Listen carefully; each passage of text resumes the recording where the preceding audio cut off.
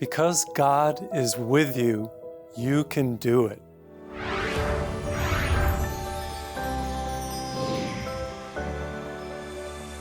Welcome to Live with Passion. I'm Father Cedric Pizzania, the host of the program. So glad that you tuned in.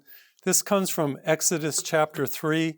Right after Moses sees the burning bush, God speaks to him and says, I want you to lead my people out of Egypt. And Moses says to God, who am I that I should go to Pharaoh and bring the sons of Israel out of Egypt? And God said, I will be with you. And this shall be a sign for you that I have set you. When you have brought forth the people out of Egypt, you shall serve me upon this mountain. As a priest, I begin Mass in an interesting way. It's called the greeting. And I don't greet the congregation with, hi everybody, or how are you, or I hope you're having a good day. I greet everybody with, the Lord be with you. And that's a greeting that I'm proclaiming that we can have victory because God is with us.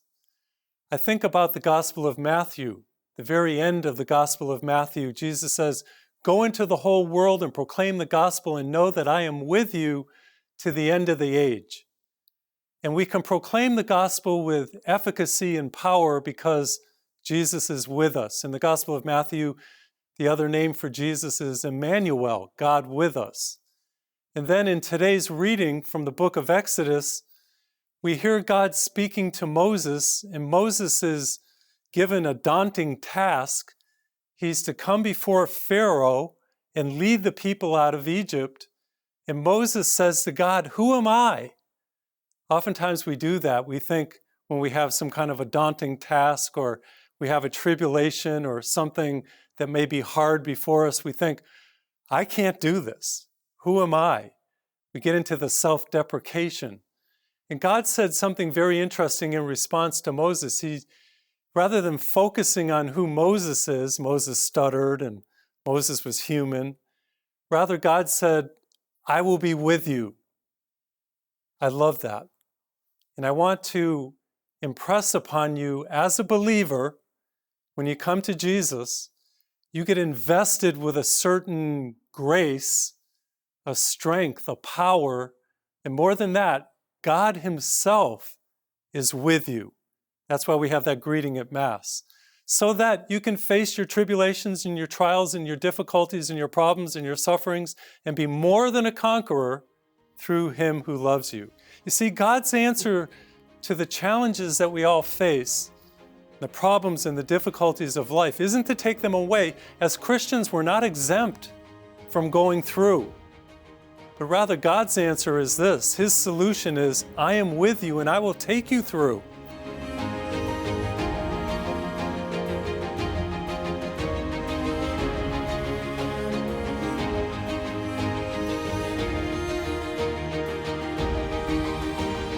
We're being transformed as we journey through the tribulations. This is really important that you get this because otherwise you don't understand the meaning of your life.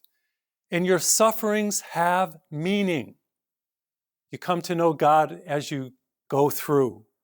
You grow through as you go through.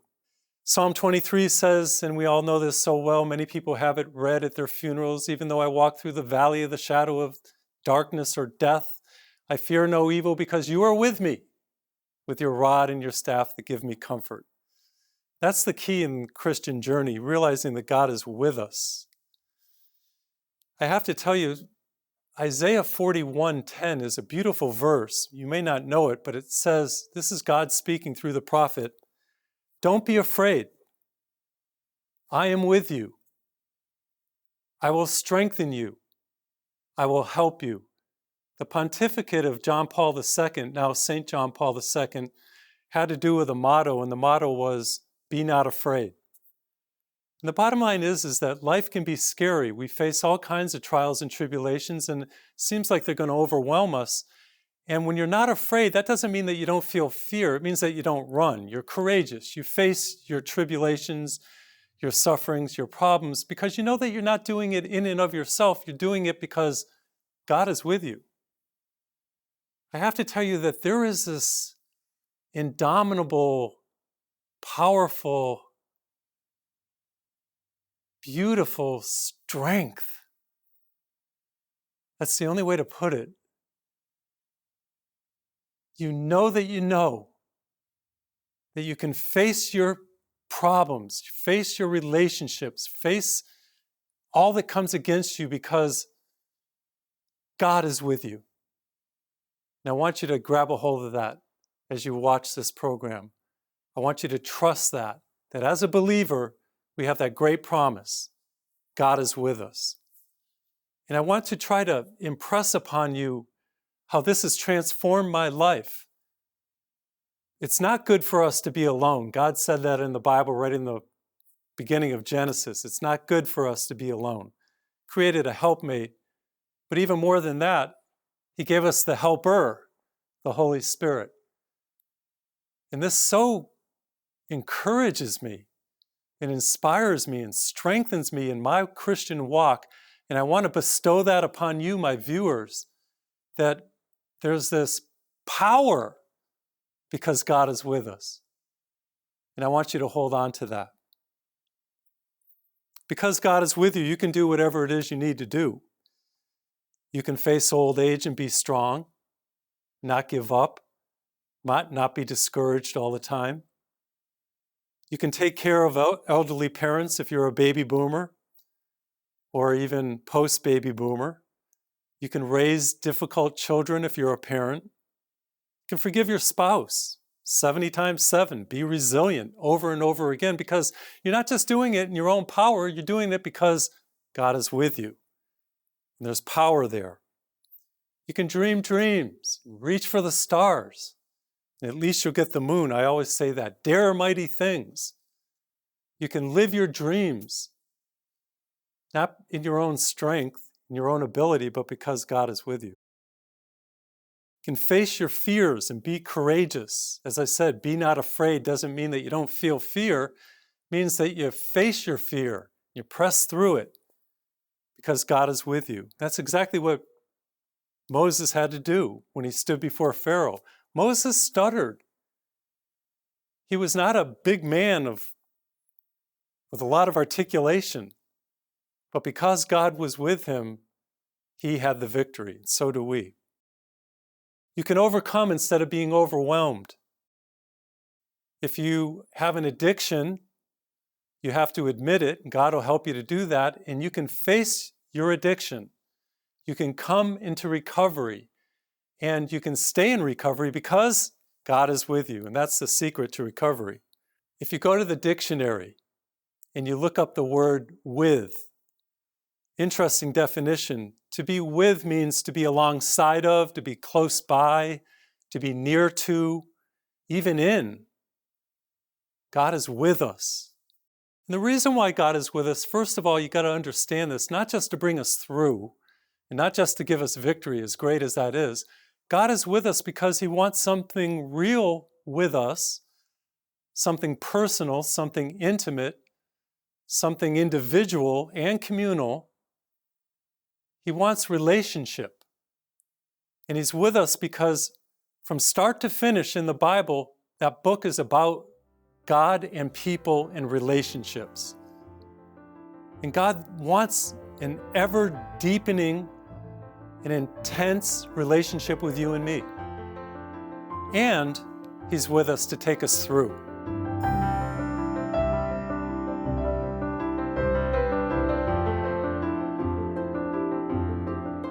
Consider who it is who's with you. We're not talking about some new age spirit or some angel. And angels are great and mighty beings, but we're talking about God Almighty. Everything and anything we've ever seen in our life, God created. The oceans, the mountains. Think about all the birds, all the fish. Over 8 billion people on the face of the earth. God created all this. God is almighty. God is all powerful. We're talking about who it is that's with us. Used to be the Hubble telescope. It's still up there in outer space. And now they sent out about 1 million miles from the Earth, the James Webb telescope. And it's sending back these simply amazing pictures of what's out there. We used to think that there was maybe a billion galaxies.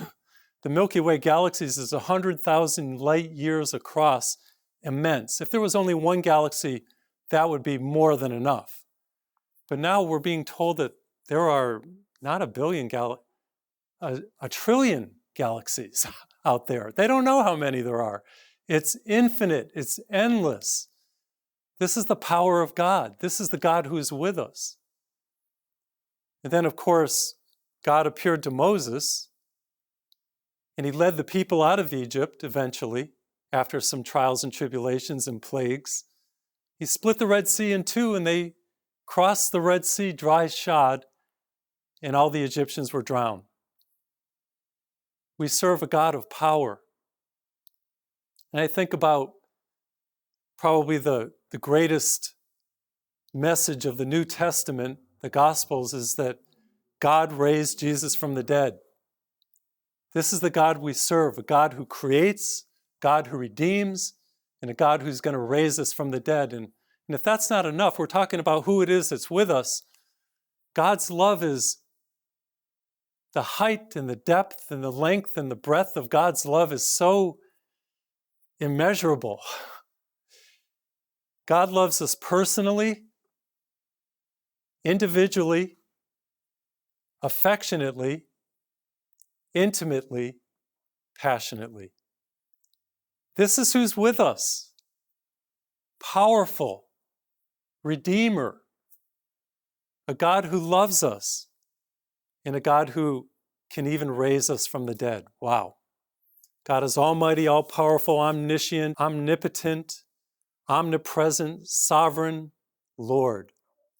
That's why David, remember King David in the Old Testament? He wasn't king yet, but he was confronted with his problems, Goliath, the giants, another word for the problems that we all face. And Goliath came up to him and said, I'm gonna kill you.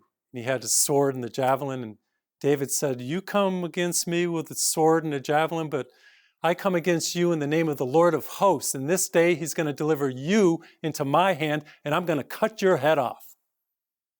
Those are audacious words. And sometimes we got to be bold and courageous when it comes to life, because David realized who it was that was with him.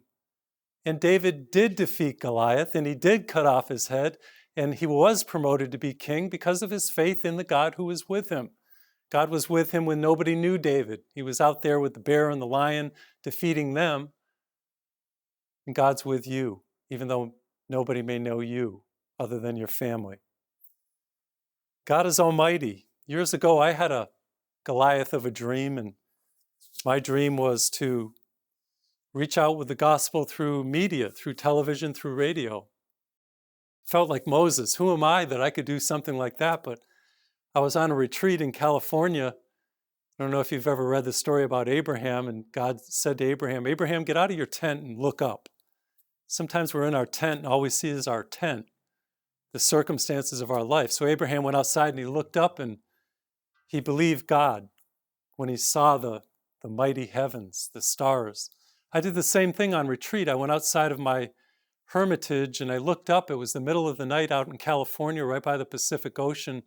And as I looked up and I saw all the stars, my mouth just dropped wide open as I realized, and this is what I said to God, I said, if you can do this, you can get me on TV, even though, who am I? Sometimes what we do is we magnify our inadequacies and our ineptness. We say, who am I, like Moses did. Instead of magnifying ourselves, we need to magnify God. We need to put the telescope on who God is.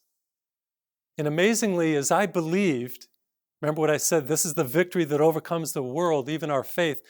I believe that all things are possible for God. That's exactly what Jesus taught. And as I believed, it's amazing what happened. God started opening doors. Now on 5 different networks proclaiming the gospel. These are the things that God does. And it's not because of me or anybody else, it's because he's with us. And all things are possible to the one who believes. I love Psalm 139. That's got to be my favorite psalm of all of them. It talks about God's closeness. says that God knit us together in our mother's womb. We didn't just happen to be. It wasn't just odds or circumstances, even our mother and father. It was God who knit us together. And God surrounds us before, behind, lays his hand upon us. When we sit, when we stand, God knows it all together. Even before we speak a word on our lips, God knows what that next word's going to be. You don't even know the next word you're going to speak, but God does. That's how close God is to us. Went to a concert one time by Amy Grant, one of my favorite singers. In the concert, she sang a song called Everywhere I Go. And it's about Psalm 139. And the verses are, closer than the air around me, you surround me always, everywhere I go. And I remember during the concert, picture 10,000 people now, we're all standing. She had us all go like this in unison. Everywhere I go, you are with me. Everywhere I go, you are with me. And to see those 10,000, it gives me goosebumps just thinking about it. When I preach parish missions and I go to different churches and I preach about how God is with us, I have everybody stand and in unison, I have everybody go, everywhere I go, you are with me. Now, they may or may not remember everything I've preached during the course of the 3 or 4 or 5 days at my parish mission, but that's a snapshot. They'll remember what they were doing physically. And I want you to remember that. Everywhere I go, you are with me. I love what it says in the scriptures. God will guard your going and your coming from this time forth forevermore. That's such a precious promise, especially when you're about to go for a ride or an airplane trip. God will guard you. That's the meaning of God is with us, one of the meanings of it. I told you, personal relationship with God is going to take you through, but he also protects us. One of the names for God is our shelter, our protector, the one who watches over us. And I love what it says in the scriptures about when Moses finally died and Joshua took over.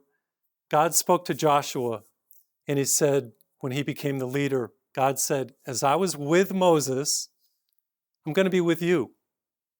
I will never leave you. What a promise. That's quoted in Hebrews, where God says, I will never, ever fail or forsake you. That's so beautiful. God is faithful. He doesn't betray us, doesn't leave us.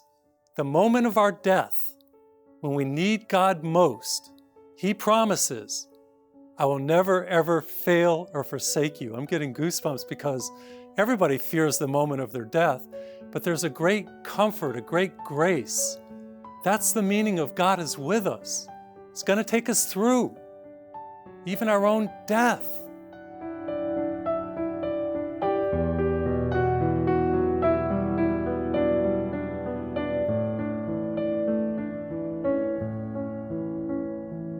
What beautiful promises we have in the Word of God. God is faithful. Love the story of Shadrach, Meshach, and Abednego. This comes from the book of Daniel. In Catholic terminology, the Catholic Bible has Hananiah, Azariah, Mishael. This is from the book of Daniel. If you remember, the 3 Hebrew young men were taken captive in Babylon, and they were told that they needed to bow down to Nebuchadnezzar's golden idol.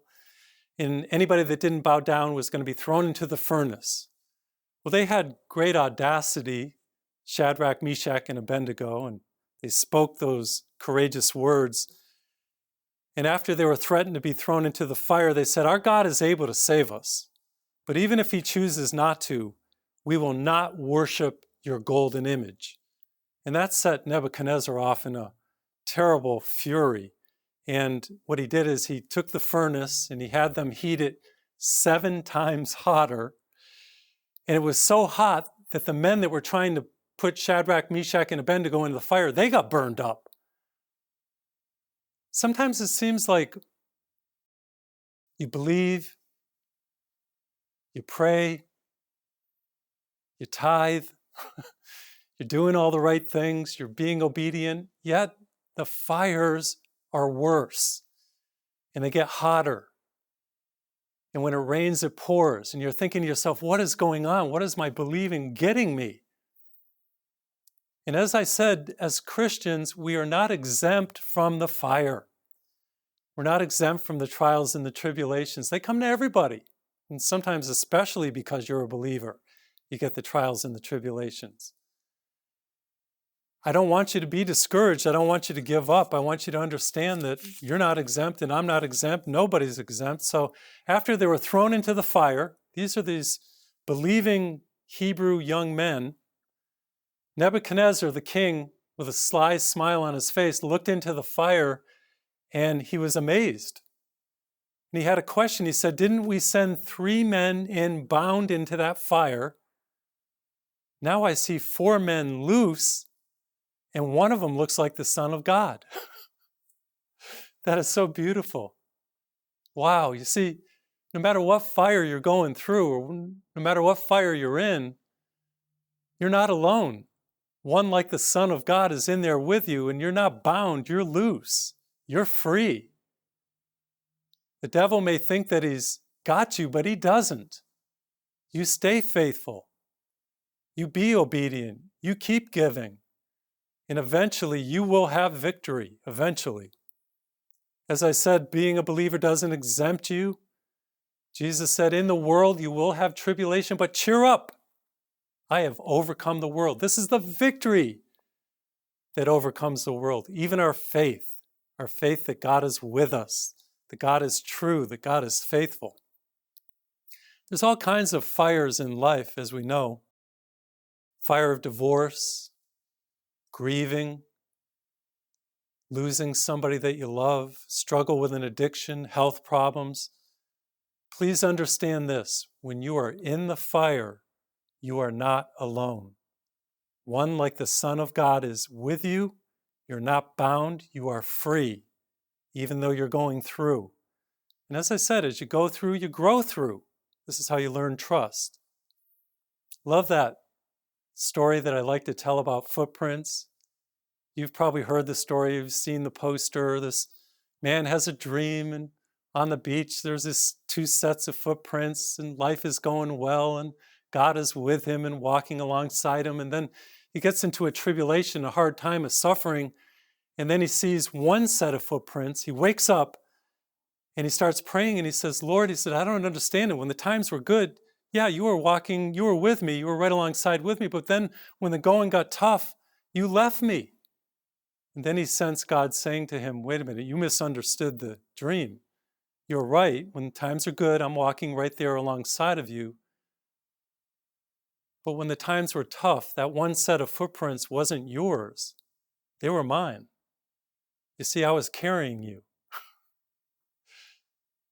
Sometimes it doesn't seem like it. We wonder where God is, but the bottom line is, as I've reflected upon my whole life, my whole journey to this point, and some of the hard times that I've been through, as I reflected upon it in prayer, I praise God that God carried me and took me through. It wasn't me. It seems like it was me, but it wasn't me. God takes us through, and we grow through as we go through. Love how the story ends. The 3 Hebrews come out of the fire. Get this now. Their bodies were fine. Their clothes weren't even scorched. Their hair wasn't singed. And they didn't even smell like smoke. Jesus put it this way, not 1 hair on your head will be harmed. That's exactly what he talked about. That he's going to be with us as we go through. And because he's with us, he comes to us to give us something real and personal. He comes to take us through. He comes to protect us. And he comes to bring us victory.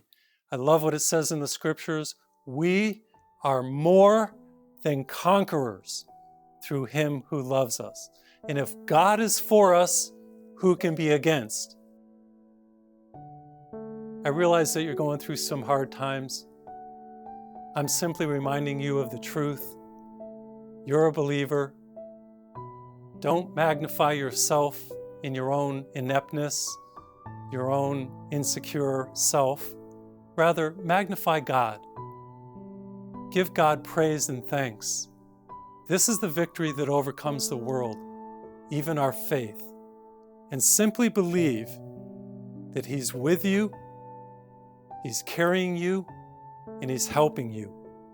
And you can do whatever it is you need to do because God is with you. Don't just live with passion.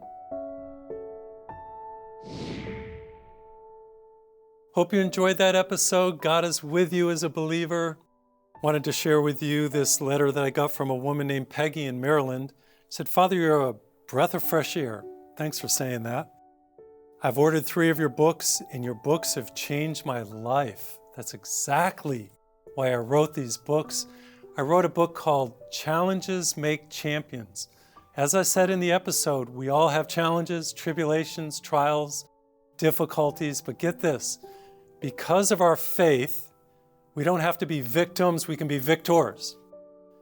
We don't have to be overwhelmed, we can overcome. There's tombstones, but they're just a stepping stone in life. We can turn our scars into stars, and it all is because God is with us. I want you to get my books. They're going to help you in your walk. They will help you to develop your personal relationship with God. This book, Challenges Make Champions, will really help you. All you got to do is call 844-FATHER-C. We'll get that book to you. You can write me in Houston, Texas, 77024, or go to my brand new secure website, frcedric.org, and you can order the book there, other books. And thank you for buying my resources, the DVD and the CD of this program, this series, I Am With You. And thank you also to all of my partners, those of you who donate so generously. Because of you, I am proclaiming the gospel on 5 networks, many stations, radio, everywhere. Thank you. Don't just live with passion.